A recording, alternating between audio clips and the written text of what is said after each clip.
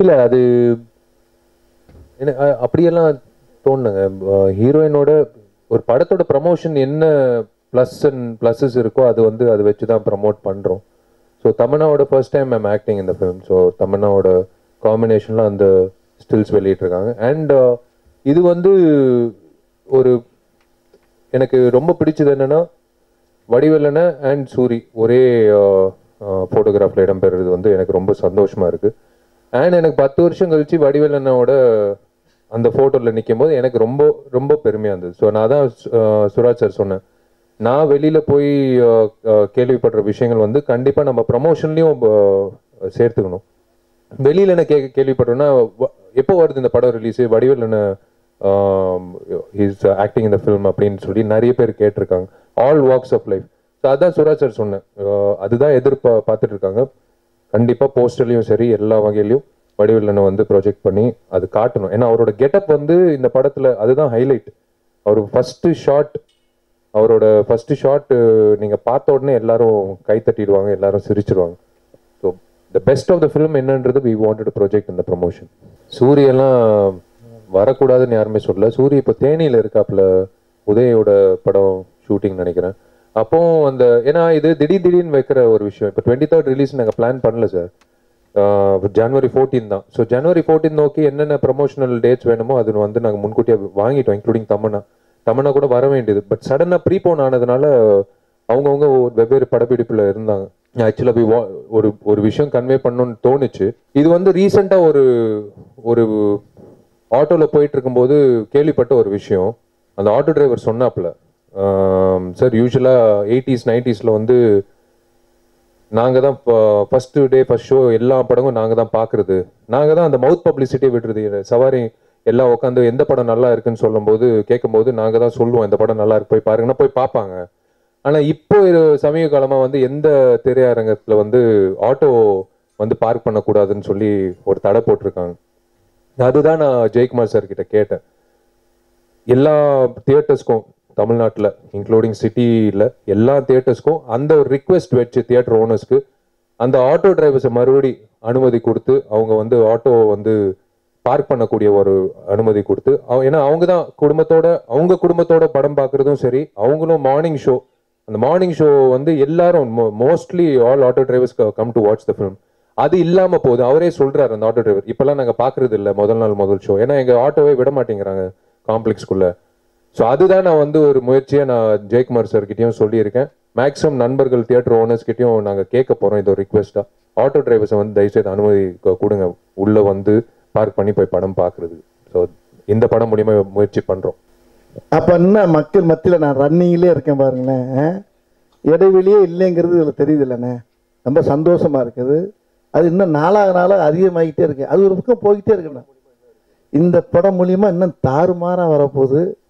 நிறைய விஷயங்கள் இந்த படத்தில் இருக்குது. இந்த படத்தில் ஜோடி இவர் தான்மா, எனக்கு ஹீரோ தான் ஜோடி. இதில் அவர் ஜோடி, இவங்க 2 பேரும் கூட போய் கடந்து மல்லு கட்டுறது, இதுதான். இல்லை வடிவேலு சார் என்னென்னா, இப்போ தமிழ்நாட்டு ஜனங்கள் எல்லாம் வந்து இந்த வர்தா புயல், இந்த பணம் பிரச்சனை இதிலெல்லாம் ரொம்ப சிக்கி ரொம்ப கவலையோடு இருக்காங்க. அந்த வர்தா புயலை விரட்டிட்டு ஜனங்களை சிரிக்க வைக்கிறதுக்காக இந்த வைகை புயலை எடுத்து வந்திருக்கிறோம். அவரை வந்து அதான் சொல்கிறேன், அவர் ஒரு பென்ஸு கார் மாதிரி. அவரை கரெக்டான டிரைவர் ஓட்டலைன்னா வண்டியும் போயிடும், டிரைவருக்கும் ஓட தெரியாமல் போயிடும். அவரை முதல் திருப்திப்படுத்தவே முடியாது. அவர் என்ன சொன்னாலும் அது அந்த படத்தில் பேசிட்டேன் யோசிச்சு பார்த்தா அவர் எல்லா டைலாகும் பேசியிருக்காரு.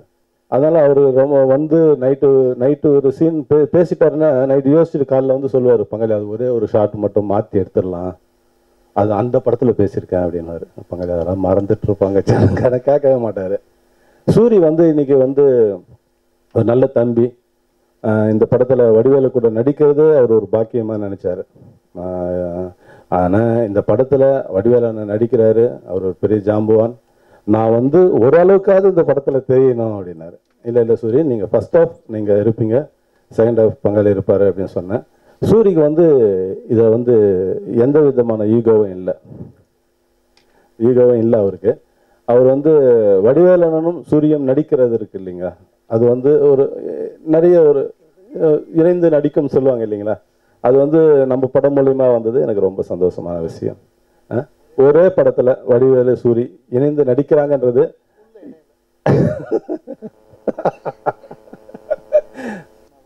இதுல இருக்கு.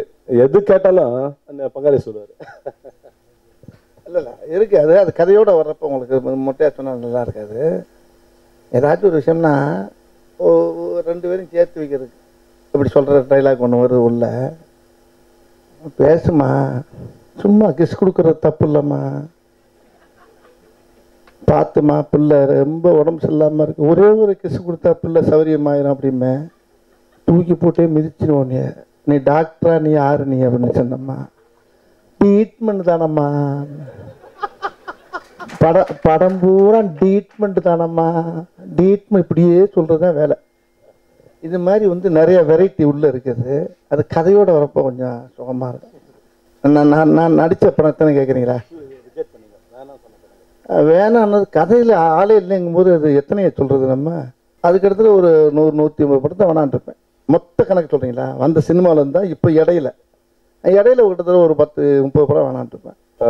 இந்த ஒரு படம் பண்ணும்போது நம்ம எந்த தேதியில் ஆரம்பிக்கிறோம், எந்த தேதியில் முடியுது, எந்த தேதி நெருங்கி வருது ரிலீஸ்க்கு அப்படின்னு தான் பார்ப்போம். இவரோட மோதனம் அவரோட மோதனம்னு என்றைக்குமே பூஜை போட்டதில்லை, தேங்காய் வாங்கினதில்லை.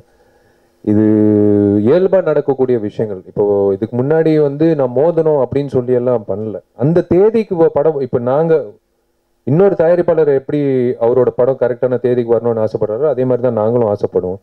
இந்த படம் பொறுத்த வரைக்கும் பொங்கல் வடிவேலனை வச்சுக்கிட்டு நீங்கள் சொன்னீங்களே, இப்போ கேள்வி கேட்டார், இவ்வளோ அதாவது பிரச்சனைகள் இருக்கக்கூடிய நேரத்தில் வந்து எப்படி படம் பார்க்க வருவாங்கன்னு. அதே தான் எங்களுக்கும் தோணுச்சு. நவம்பர் மாதத்தில் வடிவேலனை வந்து அந்த அவ்வளோ சுவாரஸ்யமாக வந்திருக்கு படம்.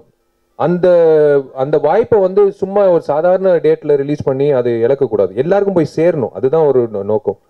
ஸோ பொங்கல் அன்னைக்கு ரிலீஸ் பண்ணால் டெஃபினட்டாக வந்து ஒரு ஃபெஸ்டிவல்னா 5 நாள் விடுமுறை கண்டினியூஸாக வருதுனால எல்லாரும் போய் தியேட்டர் பார்க்கணும்னு ஆசைப்படுவாங்க.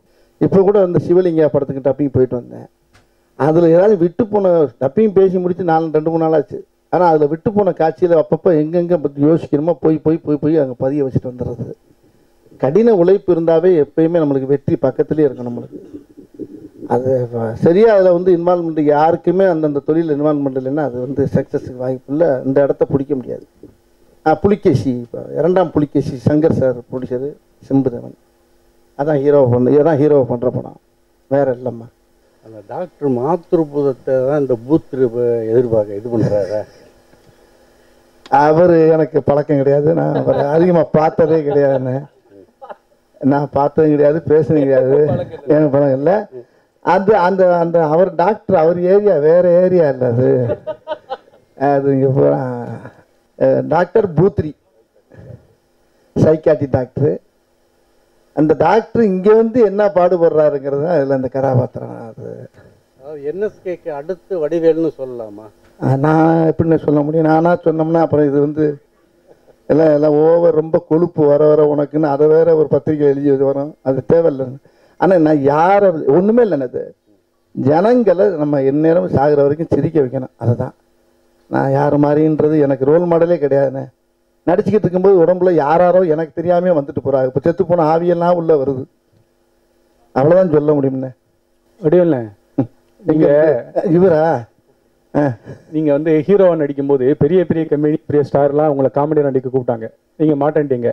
நடிகர் சங்கத்துலேயும் விஷாலுக்கு வந்து ஆதரவாக இருக்கீங்க, இப்பவும் விஷால் கூட வந்து நடிக்கீங்க. அவர் மேலே அப்படி என்ன தனி பாசம்? இல்லை யார்கிட்டையும் மாட்டேன்னு சொல்ல கிடையாது, அந்த கதை செட் ஆகலை.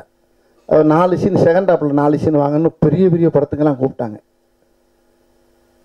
அதுக்கெல்லாம் நான் மாட்டேன்னு சொன்ன காரணம் அந்த கேரக்டர் கம்மியாக இருந்தனால தான். லிங்காங்கிற படத்தை கூட ரஜினி சார் படத்தில் கூட என்னை கூப்பிட்டப்போ அதில் கம்மியாக இருந்துச்சு. அந்த செகண்ட் ஹாப்பில் வந்து ஒரு 4-5 சீன் தான் இருந்துச்சு. அதனால் இந்த மாதிரி குறைவாக இருக்கும்போது மக்களை போய் நம்ம வடிவனே அவ்வளோதான் வர்றான்னு ஏமாத்துற மாதிரி ஆகிடக்கூடாதுல்ல. த்ரூட்டாக எல்லா படங்களும் முழுசாக இருந்தால் தான் மக்களுக்கு ரொம்ப இதாக இருக்குன்றக்காண்டி இது பண்ணால். 2வது கேள்வி நீங்கள் கேட்ட கேள்வி, இந்த சந்தர்ப்பத்தில் வந்து என்ன கேட்டீங்க? நடிகர் சங்கத்துலேயும் அவருக்கு வலதுகையாக இருக்கீங்க, இப்பவும் அவர் படத்தில் தான் காமெடியாக நடிக்கீங்க. அந்த நடிகர் சங்கத்துக்கு ஏன் வலதுகையாக இருந்தேன்னு கேட்குற மாதிரியே இருக்குது. நடிகருக்குள்ள இருக்க ஒற்றுமை அது வந்து தவறான விஷயம் இல்லை. ஒரு அழகான ஒரு அற்புதமான ஒரு யுத்தத்தில் இறங்கினார் அவர். அந்த யுத்தத்துக்கு எல்லாரும் கை கொடுக்கணுங்கிற எண்ணம் எங்களுக்கு இருந்துச்சு. அதில் ரொம்ப தர்மம் இருந்துச்சு, நியாயம் இருந்துச்சு, நேர்மை இருந்துச்சு, கொஞ்சம் கூட பொய் இல்லை. அதாவது இன்னைக்கு இருக்க இவங்கெல்லாம் சேர்ந்து, இப்போ இருக்க பிள்ளைலாம் சேர்ந்து இது கண்டிப்பாக இந்த நடிகர் சங்க பிரச்சனையை என்ன கனவுங்கிறோமோ அதை நிச்சயம் நிறைவேற்றக்கூடிய தைரியம், தன்னம்பிக்கை எல்லாமே இருக்கு. ஆனால் அது இல்லை. முதல்ல அது இல்லாதனால தான் நாங்கள் இதில் ரொம்ப எல்லாருமா சேர்ந்தது ஒன்று. கிட்டத்தட்ட அரை கிணறை தாண்டிட்டான். இன்னும் கல் விழுந்துக்கிட்டு தான் இருக்குது. ஆனால் பூரா பிடிச்சி ஒரு பெரிய மூட்டையில் சாக்கு மூட்டையில் எடுத்து வச்சுக்கிட்டு தான் இருக்காது. எதுவும் செய்ய முடியாது. இது பெரிய சக்ஸஸ் தான். இதுக்கப்புறம் தான் இப்போ ஒவ்வொரு விஷயத்திலும் இறங்குறப்போ எல்லா விஷயமும் வெற்றியாகவே இருக்கு. இல்லை, ஒரு பேர் அட்ராக்ஷனாக இருக்குன்னு சொல்லிட்டு தான் கத்தி சண்டைன்னு வச்சோம்.